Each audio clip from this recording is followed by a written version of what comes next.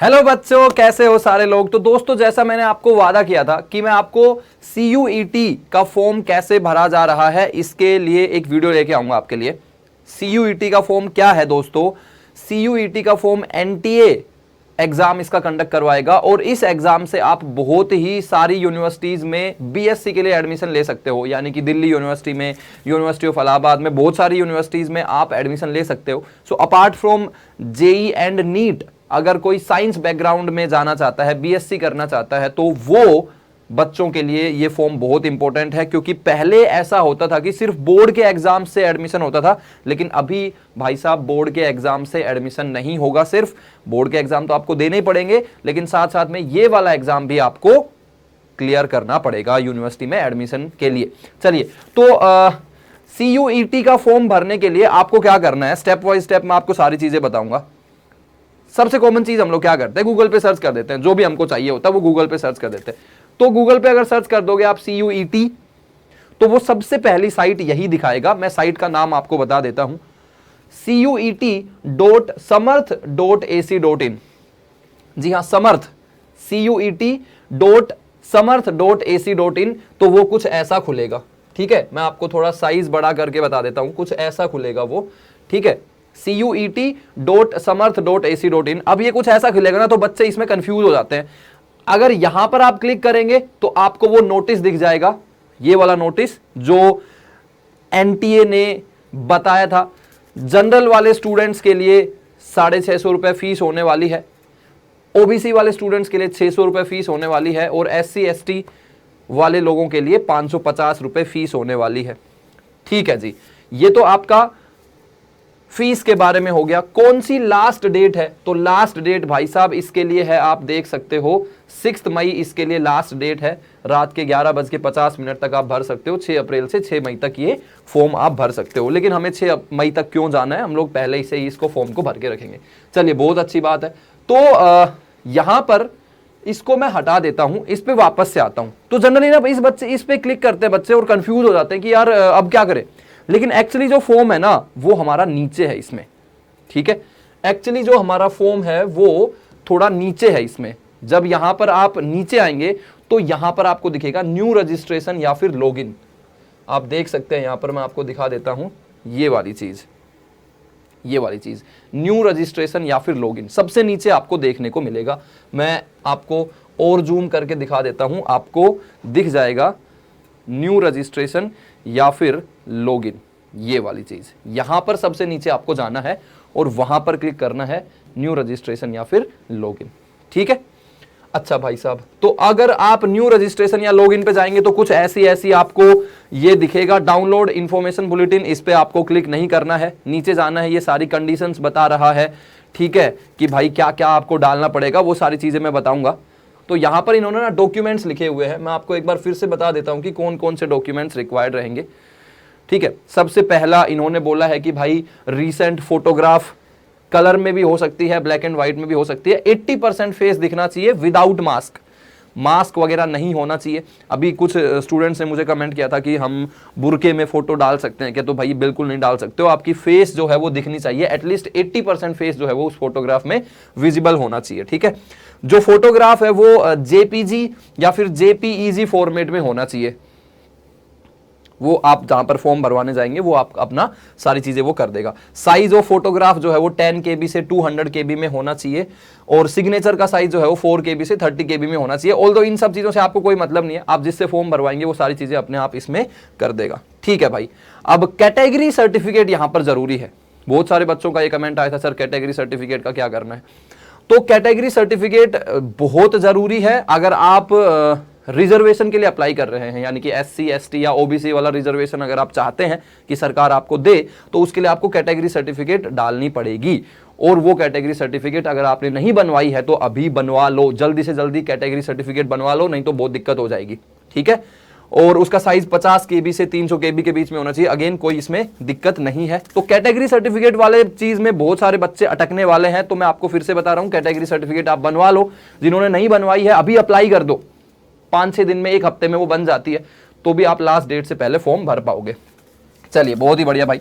तो size of scanned copy of class 10th certificate, वो मैंने आपको बताया कि क्लास 10th का सर्टिफिकेट लगेगा।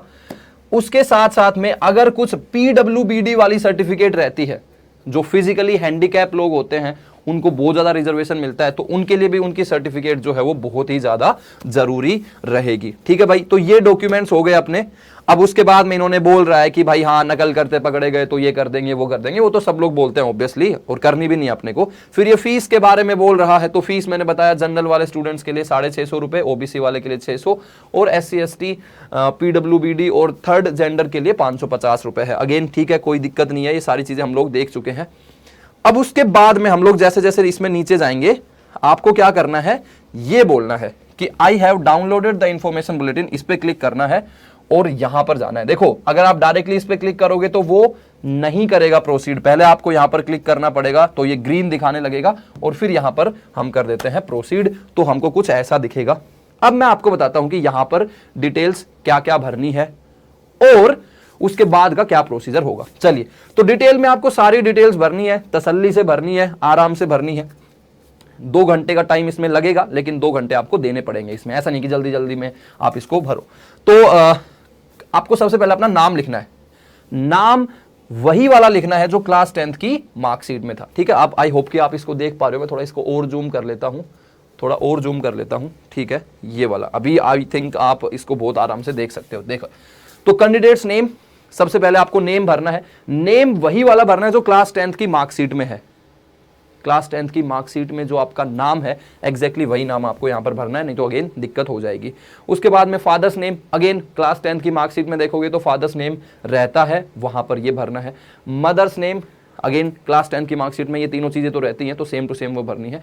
फिर गार्जियंस नेम, गार्जियंस नेम मतलब अगर मान लो कि किसी के मदर या फादर नहीं है, कोई और उन्हें पाल पोस रहा है, तो उसका नाम यहां पर डालना है। अगर मदर और फादर दोनों के आपने नाम लिख दिए तो गार्जियंस नेम आप स्किप भी कर सकते हो, छोड़ भी सकते हो, बट आप अपने चाचा का नाम, किसी मामा का नाम, ऐसा कोई नाम आप यहां पर लिख सकते हो। ठीक है, चलिए अब उसके बाद में डेट ऑफ बर्थ, तो यहां पर डे पे सेलेक्ट करेंगे। लेट्स से कि मेरा डेट ऑफ बर्थ है 10th जनवरी, तो यहां पर डे पे मैं 10 करूंगा, मंथ में मैं जनवरी करूंगा, ईयर जो है वो आपका 2002 हो सकता है, 3, 4, 5 कुछ भी हो सकता है। जेंडर में जो लोग मेल हैं वो मेल सेलेक्ट करेंगे, मैं एक बार करके दिखा देता हूं, जैसे यहाँ पर मेल, फीमेल, थर्ड जेंडर, तो जो भी आपको सेलेक्ट करना है वो कर लेंगे। ठीक है, चलिए भाई। नेशनलिटी, जो लोग इंडिया में रह के पेपर देने वाले हैं तो इंडियन लिखेंगे, कोई बाहर के लोगों के लिए भी ये पेपर है तो वो भी नेशनलिटी इसमें यहाँ पर आएगी, बाकी अपने को मोस्टली इंडियन ही सेलेक्ट करना है। आइडेंटिटी टाइप, आइडेंटिटी टाइप में देखो बहुत सारे आइडेंटिटी कार्ड्स आप यूज कर सकते हो, लेकिन इसमें आपको क्या करना है, सबसे आसान रहता है, इसमें जो सबसे आसान रहता है, अगर मान लीजिए आपके पास में वोटर आईडी है तो वोटर आईडी डाल सकते हो। मुझे नहीं लगता कि वोटर आईडी बहुत सारे लोगों के पास में होगा, लेकिन पैन कार्ड 18 साल की उम्र से पहले बन जाता है, तो पैन कार्ड भी आप सेलेक्ट कर सकते हो। वो भी नहीं है तो आप अपना स्कूल का आईडी कार्ड भी यहां पर सेलेक्ट कर सकते हो, बहुत बड़ी बात है, स्कूल का आईडी कार्ड भी सेलेक्ट कर सकते हो। उसके अलावा अगर वो भी नहीं है तो बैंक पासबुक तो मुझे लगता है सबके पास में होगी, लेकिन वो फोटोग्राफ के साथ में चलेगी, वो फोटोग्राफ के साथ में चलेगी। अगर इनमें से कुछ नहीं है तो other valid government identity with photograph, आप यहां पर अपना आधार कार्ड भी लगा सकते हो, जैसे मैंने पासपोर्ट सेलेक्ट किया या फिर मैं कुछ अलग सेलेक्ट कर सकता हूं। ठीक है, इसमें आप अपना आधार कार्ड सेलेक्ट कर सकते हो, आधार कार्ड सेलेक्ट कर सकते हो। उसके बाद में वैलिड आइडेंटिफिकेशन नंबर, मान लो आपने आधार कार्ड सेलेक्ट किया है, ऑल्दो इसमें ऑप्शन नहीं है आधार कार्ड का, अदर वैलिड गवर्नमेंट आइडेंटिटी वाला सेलेक्ट करना पड़ेगा और उसमें उसका नंबर लिखना है, जैसे अपना आधार नंबर यहां पर लिखना है, वैलिड आइडेंटिफिकेशन नंबर, इसमें आप अपना नंबर लिख देंगे। आधार नंबर है तो आधार नंबर, पैन कार्ड नंबर है तो पैन कार्ड नंबर, स्कूल का आईडी कार्ड है तो स्कूल का आईडी कार्ड नंबर भी यहां पर लिख सकते हैं, कोई दिक्कत वाली बात नहीं है। चलिए भाई, अब ये पूछता है प्रेजेंट एड्रेस और फिर नीचे पूछेगा परमानेंट एड्रेस, तो आपको कुछ नहीं करना है, जनरली हम लोग तो अपने घर पे ही रह रहे हैं, या फिर मैं तो ये बोलूंगा इसमें आप अपना घर का एड्रेस ही डाल दो, परमानेंट एड्रेस में भी घर का एड्रेस और इसमें भी घर का एड्रेस। ठीक है, जो लोग तैयारी वगैरह कर रहे हैं कहीं बाहर और उनको पता है कि हम लोग आने वाले 4-5 महीने भी यहीं पर रहने वाले हैं, तो फिर आप वहां पर अपना एड्रेस डाल सकते हो। तो अगेन यहाँ पर प्रीमाइसेस नेम, घर का नाम कुछ हो गया, यादव हाउस या अंबानी हाउस, ऐसे करके कोई कुछ भी आप नाम डाल सकते हो। ठीक है, लोकेलिटी डाल सकते हो। कंट्री, इंडिया डालना of course, pin code number जरूर डालना है, पिन कोड नंबर से ही सारी चीजें होती हैं। अब यहां पर जैसे कुछ घर का नाम वगैरह नहीं है तो यहां पर आप विलेज नेम डाल सकते हो, फिर डिस्ट्रिक्ट डाल सकते हो, ठीक है, और फिर स्टेट डाल सकते हो, वो भी आप लोग यहां पर कर सकते हो, ठीक है भाई। एड्रेस डाल दिया, ईमेल एड्रेस आपको आई थिंक सभी के पास में होगा, अगर नहीं है तो जिस कैफे से आप फॉर्म भरवाओगे या जहां से भी फॉर्म भरवाओगे अपने भाई का ईमेल एड्रेस डाल सकते हो, अपने पापा का, मम्मी का ईमेल एड्रेस डाल सकते हो। अगर घर में किसी के पास में भी ईमेल एड्रेस नहीं है तो किसी से बनवा लो ईमेल एड्रेस, वो भी नहीं है तो आप किसी का ईमेल एड्रेस बोरो कर लो, अगर किसी के पास में है तो वो कर सकते हो, बट वो सजेस्ट नहीं किया जाता, अपना एक बना लो, काम आएगा आगे बहुत ही ज़्यादा। उसको फिर से डाल दो कंफर्म ईमेल एड्रेस, फिर मोबाइल नंबर डालना आपको, ये मोबाइल नंबर पे ही आपको इन्फॉर्मेशंस आएंगी सारी की सारी, तो मोबाइल नंबर डालना है, ठीक है। कंफर्म मोबाइल नंबर, अगेन आपको वही वाला मोबाइल नंबर जहां पर ये जो ये डाला है वही वाला ये डालना है। फिर उसके बाद में अल्टरनेट कॉन्टैक्ट नंबर, मम्मी का नंबर, पापा का नंबर, भाई का नंबर, कोई भी नंबर आप यहां पर डाल सकते हो। फिर ये पूछ रहा है कि परमानेंट एड्रेस, अब देखो इन्होंने ऑप्शन दिया है, अगर अलग है तो आप अलग से भर दो, नहीं तो क्या बोला है कि if click if same as the present address. अगर आपको लगता है कि भाई मैं तो अपने घर पे ही रह रहा हूं तो मेरे पास में तो दो एड्रेस है ही नहीं, एक ही एड्रेस है, तो आप क्या करो यहां पर क्लिक कर दो, तो वो जो आपने ऊपर एड्रेस डाला है सेम टू सेम एड्रेस वो यहां पर ले लेगा, ठीक है। तो फिर अब ये आपको दोबारा से फिर भरने की जरूरत नहीं पड़ेगी। उसके बाद में अब आपको ये स्टेप करना है, चूज पासवर्ड। आपको अपना एक खुद का पासवर्ड क्रिएट करना है, खुद का पासवर्ड क्रिएट करना है, खुद का पासवर्ड क्रिएट करना है।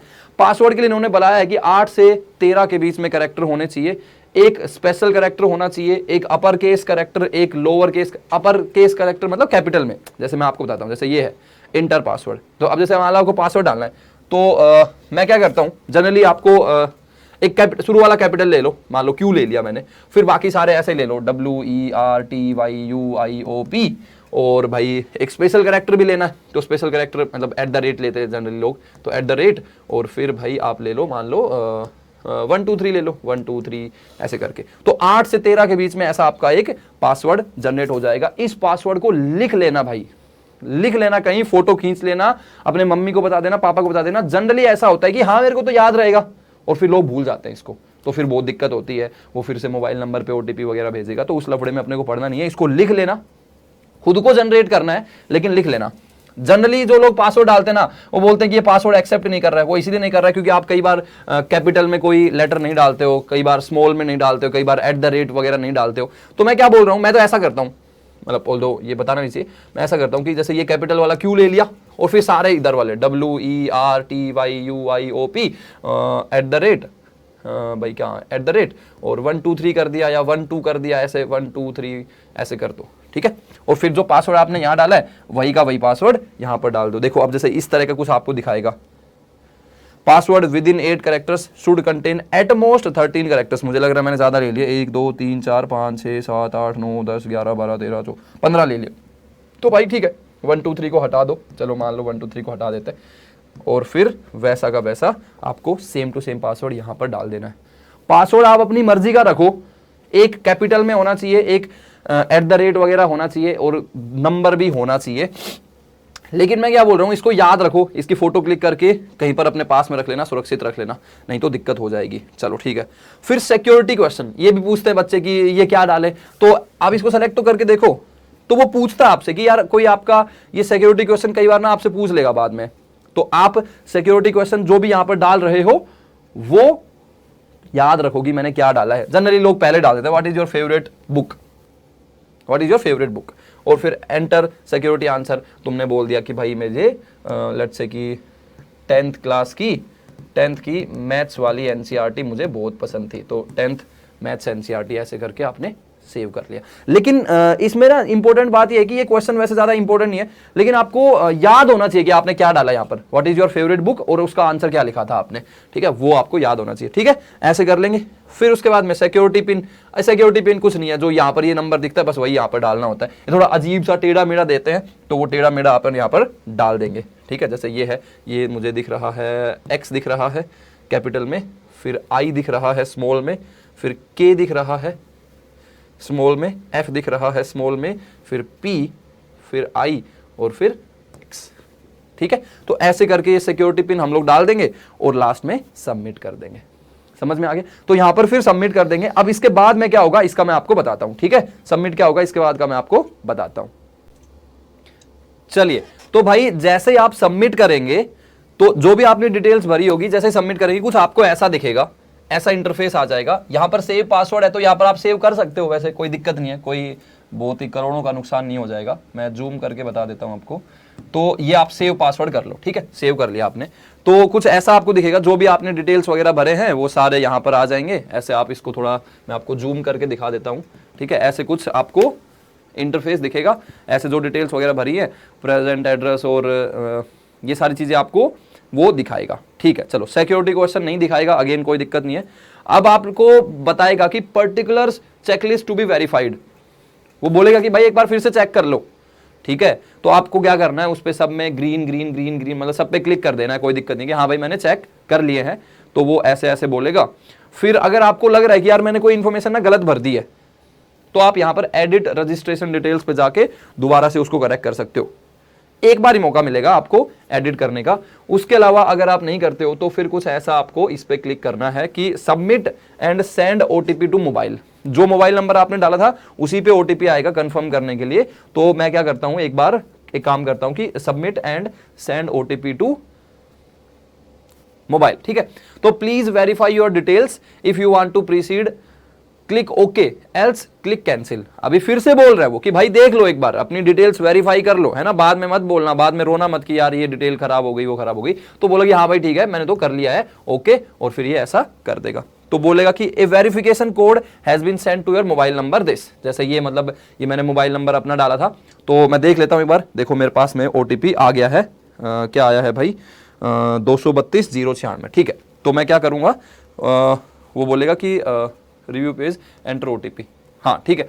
तो अब ये बोल रहा है कि भाई ओटीपी एंटर करो, ठीक है? नीचे चलते हैं, ये ओटीपी देखो यहाँ पर पूछ रहा है, 15 मिनट का ये टाइम देता है आपको। तो इस यहाँ पर मैं आके और ओटीपी अपना भर दूंगा, ठीक है? जूम करके बता देता हूँ मैं आपको, कुछ ऐसा दिखेगा। तो जो नीचे चल रहा था ना, उसी में बीच में एक ओटीपी का ये आएगा। इस पे ओटीपी जैसे मैं भर के देख लेता हूँ, 232,096 232096। तो ये ओटीपी आ गया। ये फिर से कुछ ऐसे सिक्योरिटी क्वेश्चन पूछ रहा है। अच्छा, सिक्योरिटी क्वेश्चन में ना ये ध्यान रखना कि सब ना स्मॉल में है। मेरे में स्मॉल में थे, मुझे कंफ्यूजन हो गया था कि कैपिटल में था या स्मॉल में था, तो वो स्मॉल में था एक्चुअली।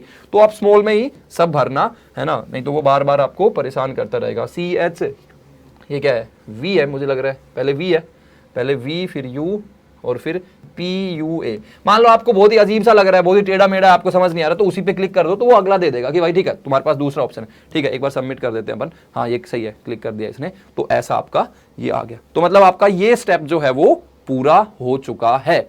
पहला स्टेप यानी कि रजिस्ट्रेशन जो है वो आपका पूरा हो चुका है। ये ऐसे बोल रहा है, हाँ भाई एस्पिरेंट ऐसे ऐसे। अब ये आपको एक एप्लीकेशन नंबर दे देगा, ठीक है? ये आपको एक एप्लीकेशन नंबर दे देगा। उस एप्लीकेशन नंबर को आप अपना लिख के रख लो, ठीक है? एप्लीकेशन नंबर मैं बता देता हूं कि कुछ ऐसा दिखेगा आपको। देखो कहां पर है, यहां पर है, कहां पर है? नीचे है, नीचे नीचे नीचे नीचे नीचे।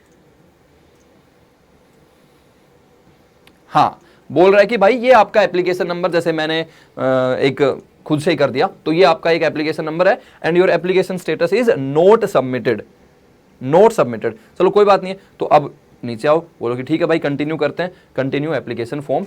तो कंटिन्यू करोगे तो अब ये पर्सनल डिटेल्स बोल रहा है कि भाई आप चेक कर लो, ठीक है?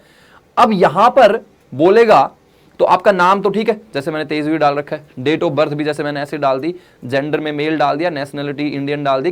कैटेगरी सेलेक्ट करनी है। अब यहां पर सबसे ज्यादा दिक्कत होती है बच्चों को। मैं आपको एक बार इसको बहुत ही आसानी से सीधे शब्दों में समझाता हूं, ठीक है? एक बार फिर से थोड़ा जूम कर देता हूं मैं आपको, ताकि थोड़ा ज्यादा ही जूम हो गया है, तो ठीक है।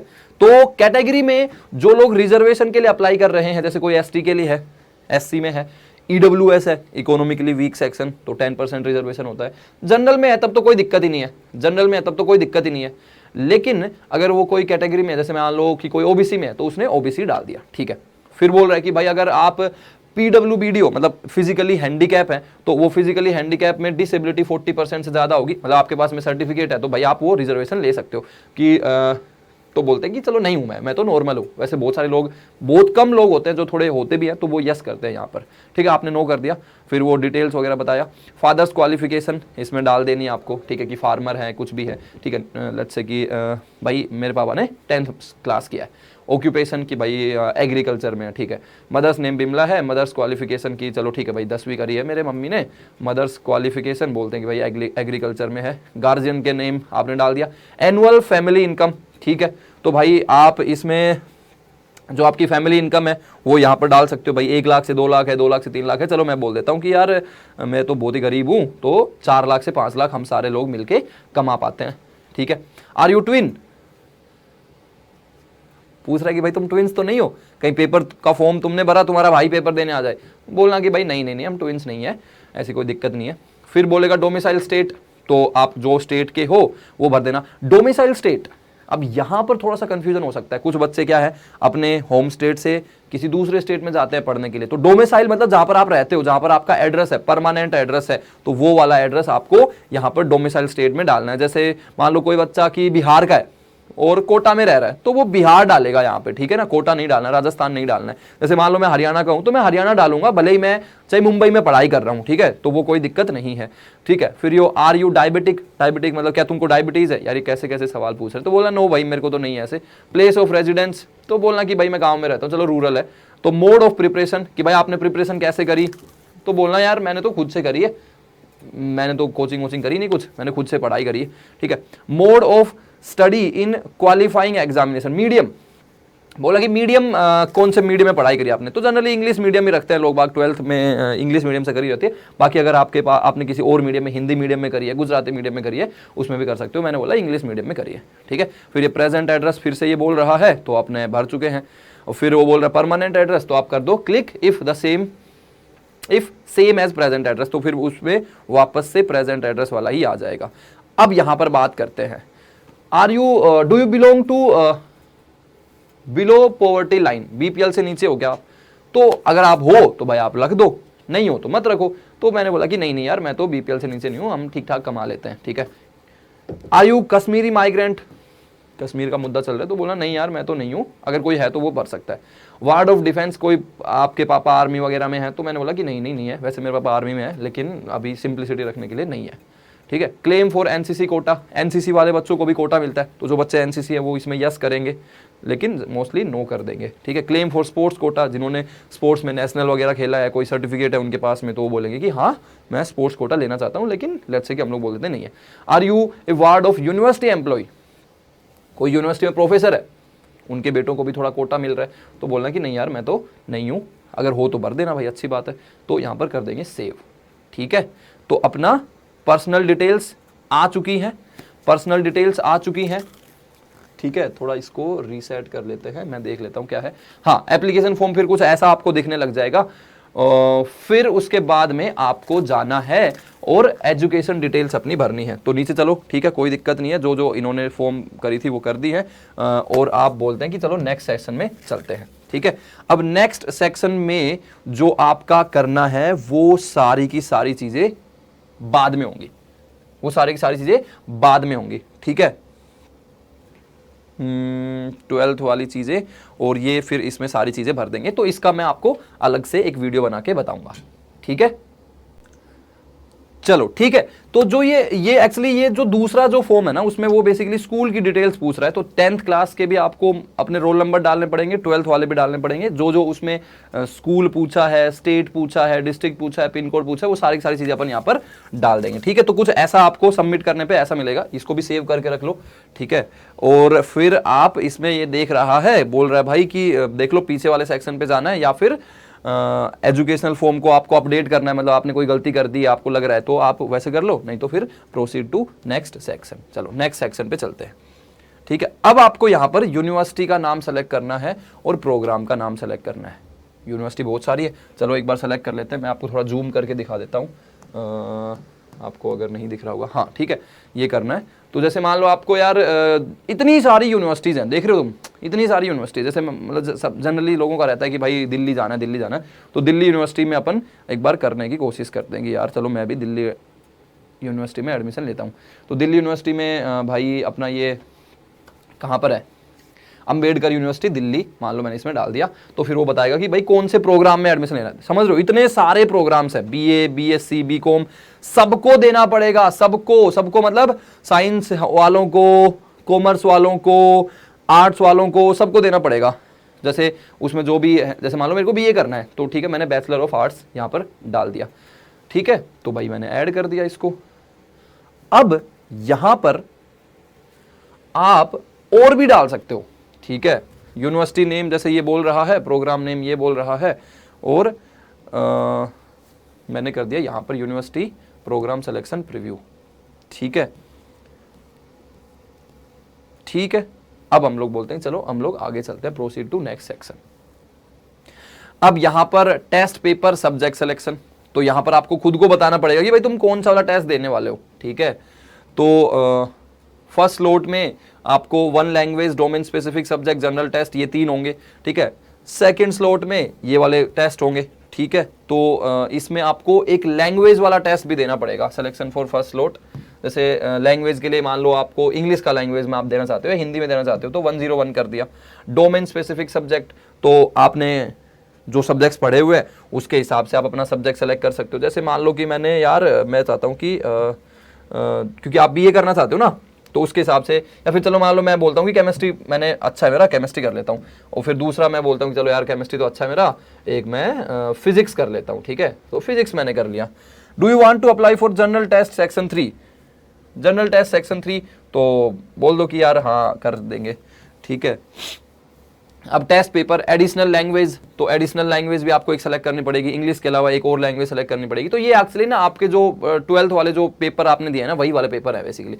तो हिंदी बोल दिया, ठीक है, फिर उधर आगे बोलेंगे additional language plus section B domain subject specific, ठीक है, तो अगेन हिंदी बोल दिया। You have already select the paper, जैसे इंग्लिश बोल दिया, इंग्लिश है क्या, ये भी सेलेक्ट कर लिया, तो एक और तीसरी लैंग्वेज भी सेलेक्ट करनी पड़ेगी।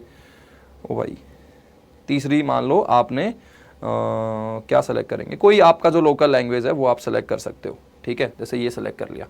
डोमेन स्पेसिफिक सब्जेक्ट नहीं, आप अच्छा ये सेकंड स्लॉट में आप भरना चाहते हो तो वो है, ठीक है, अगर आप सेकंड स्लॉट में भरना चाहते हो तो वो है, तो आप यहाँ पर नो कर दो, ठीक है, नो कर दो, तो ये फिर अपना ये सारी डिटेल्स आपको नहीं भरनी पड़ेंगी और आप चले जाओगे सेव पे, ठीक है। ये पेपर्स भी आपको डालने पड़ेंगे, ये इधर डाल दो, जैसे मान लो केमिस्ट्री डाल दिया, ये तो हो चुका आपका पेपर, अलग से और करना है तो जैसे एग्रीकल्चर डाल दिया, फिर आपने इधर इकोनॉमिक्स डाल दिया, इधर कुछ और होम हिस्ट्री डाल दिया, ठीक है, और इधर कर देंगे सेव। बहुत ही बड़ा फॉर्म है भाई, है ना, बहुत ही बड़ा फॉर्म है, तो बहुत ही अच्छा। यहाँ पर डिक्लेयर भी करना पड़ेगा, ये हेयर बाय डिक्लेयर, ठीक है, और कर दिया सेव। तो यहाँ तक आप आ गए हो। एजुकेशन डिटेल्स पे भर दिया है, यूनिवर्सिटी प्रोग्राम सिलेक्शन पे भर दिया है, टेस्ट पेपर डिटेल्स भी भर दिया है, एग्जाम सेंटर की डिटेल्स भी अपन डाल ही देते हैं। तो ये अपने एग्जाम्स हो गए कि भाई ये एग्जाम्स आप दोगे, तो ये एग्जाम्स ना ध्यान से भरना यार, जो आपने पढ़े हैं ना वही भरना, नहीं तो पता चला कि आपने केमिस्ट्री पढ़ी है, आपसे कोई भाई एग्रीकल्चर का पेपर पूछ रहा है या कुछ और पूछ रहा है, ठीक है। Proceed to next section, last पे आ गए अपन फटाफट से। तो क्वेश्चन पेपर मीडियम, भाई अगर आप इंग्लिश में देना चाहते हो, हिंदी में देना चाहते हो तो ऐसे इंग्लिश में कर दिया। सेंटर सिटी प्रीफरेंस, यहां पर अब आपको 4 सिटी का प्रीफरेंस मिलेगा। जैसे मान लो मैं हरियाणा का हूं तो मेरे को हरियाणा में मेरे को सिटी का प्रीफरेंस चाहिए, तो सिटी में ये बोलेगा चलो कि यार वैसे तो देखो हर जगह पर हो रहा है, तो जैसे मान लो मैं महेंद्रगढ़ भर देता हूँ या हिसार भर दिया मैंने, चलो अंबाला भर दिया, ठीक है। फिर दूसरे मान लो कोई और स्टेट है तो बोले कि यार मैं तो हरियाणा में ही कोई दूसरा स्टेट, जैसे भिवानी भर दिया मैंने। फिर मैंने बोला कि यार हरियाणा में मुझे तो बाहर जाना ही नहीं है, चलो मैंने पलवल भर दिया, और ऐसे ही फिर हरियाणा फिर से सेलेक्ट कर लिया, और इसमें मैंने किया कि रेवाड़ी भर दिया, ठीक है। तो ऐसे आपको प्रीफरेंस आपके आसपास वाले शहरों के नाम भर दो ताकि वहां पर मिल जाए। अगर एकदम गांव में रहते हो तो आसपास वाले शहर का, और यहाँ पर कर दो सेव, ठीक है भाई। तो ये अपना हो गया सारी की सारी डिटेल्स। आपने सेंटर वाले बोलना भाई मैं तो नेक्स्ट सेशन में चल रहा हूं, ठीक है। तो ये अपना फिर ये एक एप्लीकेशन आईडी बन गया है, सब कुछ इसको याद रखना फ्यूचर के लिए, ठीक है। अब यहां पर अभी बात खत्म नहीं हुई है भाई, अभी बात खत्म नहीं हुई है। अब आपको यहां पर फोटोग्राफ सेलेक्ट करना पड़ेगा, ठीक है। तो सेलेक्ट फाइल, जो फोटोग्राफ आपने वो कैफे वाला ही करेगा, आप करोगे तो थोड़ा दिक्कत हो जाएगी खुद से। तो वो फोटोग्राफ सेलेक्ट करनी है, सिग्नेचर सेलेक्ट करना है, क्लास 10th की मार्कशीट सेलेक्ट करनी है, कैटेगरी सर्टिफिकेट। यहां पर तो मैं फिर से बता रहा हूं, जिन्होंने कैटेगरी सर्टिफिकेट नहीं बनाई है फटाफट से आप अप्लाई कर दो, 1 हफ्ता कम से कम उसमें लगेगा, तो कैटेगरी सेलेक्ट यहां पर कर लो, और फिर प्रोसीड टू प्रीव्यू सेक्शन। तो यहां पर अपन चले जाएंगे, ठीक है। तो ये अपना काम हो जाएगा। अब क्योंकि मेरे पास में तो ये सब है नहीं, तो यहां पर अपन कर लेंगे और यहां से ऐसे आप कर सकते हो। तो दोस्तों काफी बड़ा फॉर्म है, तो ध्यान से भरना। जो एग्जाम्स वाली चीजें हैं कि कौन कौन से सब्जेक्ट्स में आप एग्जाम देना चाहते हो, उसको भी आप ध्यान से पढ़ लेना, ठीक है। चलो, और कोई भी अगर आपको कंफ्यूजन हो तो आप मुझे कमेंट बॉक्स में बताओ कि आपको किस चीज में कंफ्यूजन है। मैं डेफिनेटली उसको क्लियर करने की कोशिश करूंगा। चैनल को सब्सक्राइब करना मत भूलना, घंटी दबाना मत भूलना दोस्तों। चलो मिलते हैं फिर नेक्स्ट वीडियो में।